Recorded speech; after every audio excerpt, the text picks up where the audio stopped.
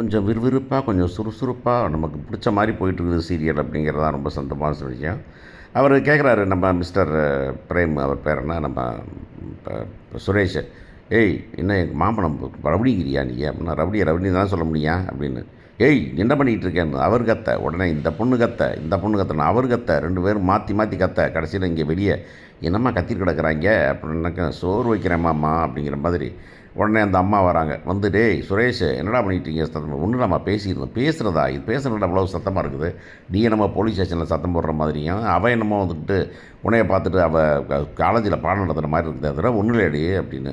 உடனே, "இல்லைம்மா இல்லைம்மா ஒன்றும் இல்லைம்மா ஒன்றும் இல்லைம்மான்னு." "சரி உள்ளார போகிறேன் உள்ளார போய் ஏய் சத்தம் போடுறேன்னு நீ சத்தம் போட நான் சத்தம் போடுவேங்குது அந்த பொண்ணு. ஒன்று வந்துட்டு நான் அவ்வளோதான் இருக்கா நான் சத்தம் போட நீ சத்தம் போடுவேன் தாங்க அவ்வளோதாங்க கிளம்புறீங்களா வெளியே அப்படின்னு அனுப்பிவிட்ருது. இப்போ டக்குன்னு கதவை சாத்து வெளியே வந்தால் அவங்க எல்லாம் ஷாக்காக நிற்கிறாங்க. ஒன்றும் நம்ம சும்மா பேசிகிட்டு இருந்தோம் அப்படின்னு சொல்லி முடிச்சிடலாம். கிச்சனில் உட்காந்துருக்குது. கிச்சனில் வந்துட்டு மலரோட உட்காந்து பேசிகிட்டு இருக்குது. வந்துட்டு, "என்ன பேசிட்டீங்க நீங்கள்?" அப்படின்னு அவங்க வந்திருக்காங்க. யார்? நான் பையன் சின்ன பையனும் இருக்கான், நம்ம பாக்கியராஜ் இருக்காங்க.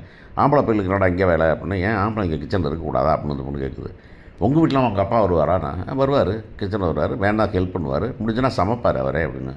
"உங்கள் வீடு அப்படி இருக்கலாம், இங்கே அப்படி இருக்கக்கூடாது" அப்படின்னு. "ஏன் என்ன ப்ராப்ளம்? ஏன் ஆம்பளைங்க வந்தால் அது தப்பாது? சாப்பிட்றவங்க எல்லாமே கிச்சனுக்கு வரலாம், கிச்சன் வந்து வேலை பார்க்கலாம்" அப்படின்னு அந்த பொண்ணு அந்த அம்மா கடுப்பாக்கி பாரு எப்படி இருக்கணுங்கிறத மலரை கேட்டு தெரிஞ்சுக்க. ஆமாம் அந்த வீட்டில் இப்படி தான் இருக்கணும் அப்படின்றது அம்மா போகுது. நம்ம பிள்ளைலாம் கேட்குற பிள்ளையா அப்படின்னு தான் அந்த பக்கம் இருக்குது. அந்த பக்கம் சுகமான விஷயம் என்னென்னாக்கா, அங்கே வீட்டில் வந்துட்டு அந்த பையன் நம்ம நம்ம நம்ம தங்கராசு வீட்டில் வந்துட்டு பையன் ஒரு மாதிரி இருக்கான். பையன் நம்ம படம் வரையலாம், படம் வந்துட்டு கலர் கொடுக்குறான். யானைக்கு என்ன கலர் கொடுக்கலாம், பூனைக்கு என்ன கலர் கொடுக்கலாம்னு பேசிகிட்டு இருக்கான். அப்போ டே போடா அப்படின்னு நம்ம பொண்ணு வேணுன்னு தான் சொல்லுது. உடனே என்ன சொன்னேன் என்ன சொன்னேன் நான் ஒன்றுட கலர் கொடுக்கலான்னு சொன்னேன் அப்படின்னு. "இல்லை என்னமோ சொன்னியே அட போடான்னு சொன்னியே." "ஆமாம் போடா நான் வழக்கமாக சொல்கிறேன் தானே நான்" அப்படின்னு. உடனே இல்லை அப்புறம் உடனே ஒரு ஃபோன் வருது. ஃப்ரெண்டுக்கிட்ட பேசுகிறத பொண்ணு ஃப்ரெண்டுகிட்ட பேசிகிட்டு வந்துட்டு, போயா" அப்படிங்குது. "என்னது போயாவா? என்ன சொன்னேன் போயான்னு சொன்னேன், இதை வழக்கமாக பேசிக்கிறது தானே" அப்படின்னு. "இல்லை நீ வேணும் இருக்கு ஏன் உங்களுக்கு என்ன பிரச்சனை? என்னமோ அடி வாங்கின மாதிரி இருக்கேன்னு." நான் அடி வாங்கின உடனே அந்த அம்மா வந்துட்டு, "ஏதோ தங்கராசு அடிப்பான், தங்கராசு அடி வாங்குவானே என்றைக்காவது" அப்படின்னு அந்த அம்மா வந்துட்டு பேச, இந்த பொண்ணு கிச்சனில் போய் நின்றுட்டு, தினம் என்ன ஆட்டுவில்லை, இன்றைக்கி நான் உன்னை ஆட்டும்போது எல்லோரும் சுகமாக இருக்குது போயா" அப்படின்னு சொல்லும்போது நிஜமாகவே சூப்பராக இருக்குது அப்படின்னு தான் சொல்ல வேண்டியிருக்குது.